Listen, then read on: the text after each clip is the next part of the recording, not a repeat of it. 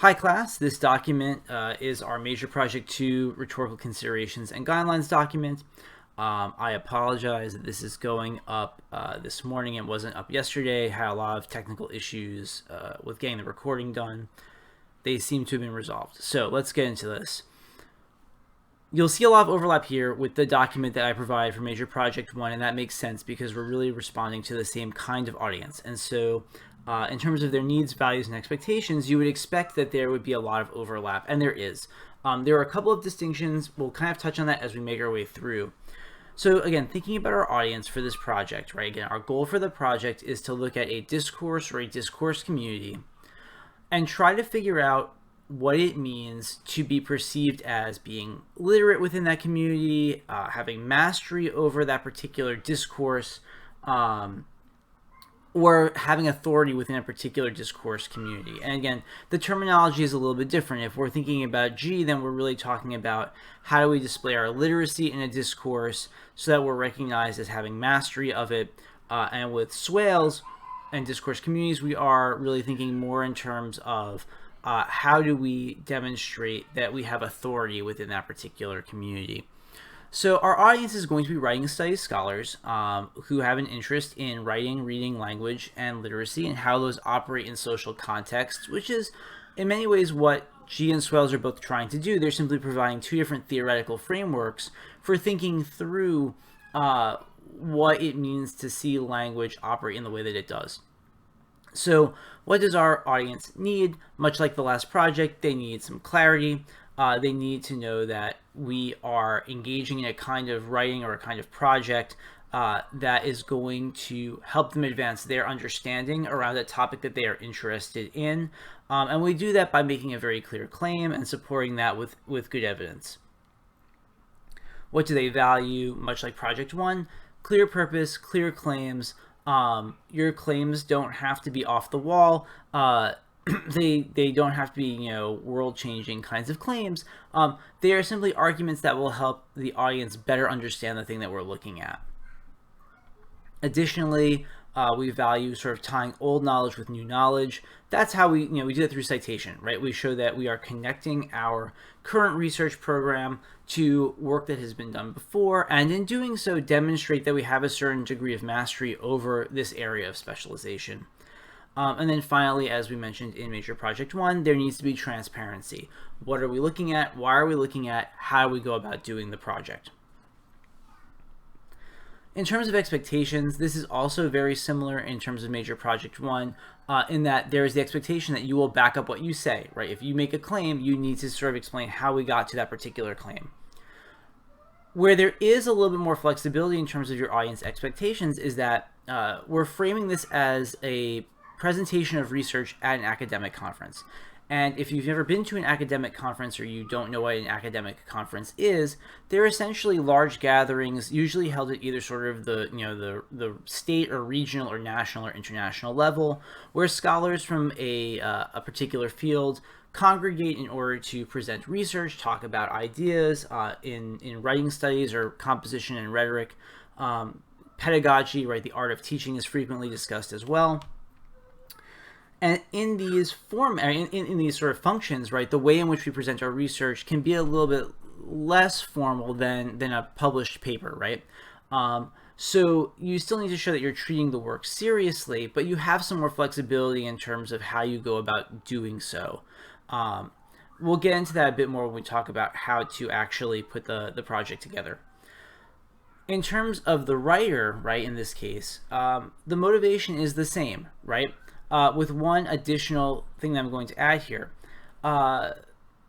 Because when talking about discourse and discourse communities, right, in many ways what you are trying to do in these projects is demonstrate that you belong, right? That you should be invited to the conversation that is being held. And this is why in many of your first drafts of the first major project, one of the comments that I would frequently leave would have to do with trying to present yourself less as a student, right? Me as first year student, and more presenting yourself as a scholar or a researcher, right? So me as a researcher. And G talks about the idea that discourse is really about identity, right? The identity that we take on in a particular kind of context. And so you are trying through the work that you are doing to take on the identity of scholar so that you are recognized as belonging to the community, and as such will have your ideas and work taken more seriously. We're going to leave exigence alone for now. Again, very similar to Major Project 1. Context we will touch on, because the context here differs a little bit from the first project. So first, you know more than you did for the first project, right? You now have had more opportunity to dig into the readings and the lectures and think through these kinds of issues. So part of the context is simply that you have more that you can draw from as you're thinking through these projects. So that's a good thing. The other major change in the context is because this is a presentation, right, of your research, you can take different approaches to how you might do that. And again, I'll talk about these a bit more shortly, but what this means is you can think about how you might navigate between the skills you already have, the learning goals that you have, the literacies that you already possess, and figure out what might make most sense for how you present the research that you're going to be doing for the project. So for example, one of your options for this project is to present your research in the form of a video. If you are someone who has made YouTube videos before, or even TikTok videos before, and have thought through like what makes for a engaging video, or even just you have some proficiency with like the technical end of how you edit a video, then you might decide you want to lean into that skill set and put together a video to present your research. On the other side of the equation, maybe you've never done a video before, but you'd like an opportunity to try it, right? Well, then this is a good chance to do that, because again, you're graded on your effort. So even if the final product is kind of a mess and doesn't sort of look as professional as you might want it to, it will give you an opportunity to really think through what it means to compose in that particular way. And that's far more important to me than you demonstrating by the end of 5 weeks that you can put together a top tier quality YouTube video. So that's something you'll be thinking about as we make our way through this. So what does the project look like?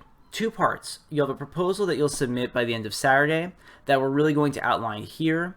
And then you have the actual, so the job of the proposal is to show me, here's what I'm trying to do, right? And that way I can take a look at it over the weekend, and if there are any like critical red flags, I can jump in and contact you, and we'll talk through those issues. But it's also to get you thinking about the research you're going to have to do and how you're going to go about doing that. And then later next week, in our final week of the course, you'll submit the final version of this project. So here's the introduction to the proposal. It's basically where you lay out, here's what I am looking at. So here's the community or the discourse that I'm looking at. Here's the theory that I'm going to be using to analyze what happens in that community or in that discourse. So whether you're using G or Swales, this is where you'll tell me like who you're using and why. And you'll talk about why you think the community that you've chosen is relevant to the theoretical framework you've chosen as well. So for example, if you're saying that this thing that I'm looking at here is a discourse, okay, why do you think it is? And how do the 6 features of discourse that G talks about potentially apply to what we're looking at? Or if you're saying, I'm going to look at this community and I really want to think about it as a discourse community, why do you think it counts as a discourse community based on the criteria that Swales establishes in his article that you should be reading today? After you get through the introduction, you're going to lay out some information about your process and your thought, and this means both like your research process, but also your thought process for how you're going to put this project together. So that's going to involve a number of questions that I've got here. In terms of like what do you already know, what do you need to learn, are there terms you're going to have to define, etc. That will help you think through what you'll need to accomplish in the project. And there's also a space here for you to pose any questions to me that you might have. Finally, you'll talk a little bit about how you're going to present your research. Now again, I don't want you spending an incredible amount of time, agonizing over these decisions just now, or worry about how I pull this off. Your goal, again, over the next several days, once you've done the proposal, is to really start doing the research component here. But you have a couple of options for how you do that. So option 1 is just to put together a traditional paper, basically like Major Project 1 with approximately the same length.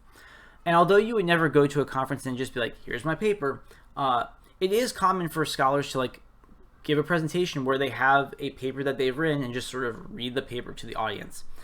I'll be honest, they're not the most engaging kinds of presentations, and they're not necessarily the way that I tend to go about doing my own, but it's common enough where like there's value in doing it. And if this is something that you want to play around with, you can. Or if you feel uncomfortable with the other options, this sort of gives you a way to kind of work around that. Alternatively, right, you could do what we consider a traditional conference presentation, and that basically means coming up with generally what this is going to involve is coming up with a slideshow, right, either in PowerPoint or Prezi or Keynote or Google Slides, and then recording your presentation as you make your way through those slides. And if you go with this option, I'll post some stuff in terms of how to do that recording. There's a couple of ways you can do it. Alternatively, you could pursue a couple of non-traditional options, and I think these are particularly interesting because of our current global context. The reality is that the COVID pandemic has meant that almost every major academic conference has been canceled, right? You cannot be bringing together hundreds or thousands of people into the middle. Usually they're hosted in medium to large size cities, so you can't bring like 3,000 writing studies scholars into the middle of like St. Louis just to talk about writing, right? That'd be incredibly unsafe at this moment. And so many of these conferences have moved online, and what they're doing is asking participants to rethink about how they might present their research in a digital way, right? And so how you package your research presentation in a way that can be easily circulated to people who are going to have attended the conference but are now geographically dispersed. So you might think about other ways to go about doing this project, right? You might put together a podcast episode, right? If you're someone who's listened to a bunch of podcasts, you might think about, could I do a podcast episode, right? Imagine, for example, a podcast around issues of writing or language, and put together like an episode on this particular topic. Or if you're used to making videos, or you like making videos, or it's something you want to learn how to do, right? You might think about what are other ways I can present my information visually that would help kind of make the case for my research. So you have some options there, and I'll note that it's possible that maybe you have another way of thinking about how you might present your research that I have not listed here. I'm open to ideas, so if you're thinking about something that falls outside of these categories, please let me know and we can talk it through.